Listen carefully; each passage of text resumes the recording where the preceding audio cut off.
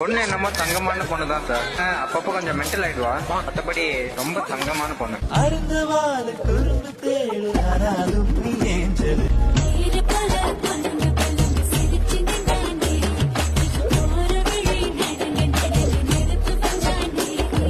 தாவணி போட்ட தீபாவளி வந்தது என் வீட்டுக்கு. கை முளைச்சு கால் முளைச்சு ஆடுது என் பாட்டுக்கு. கண்ணா கண்ணா மூச்சு என் கண்ணா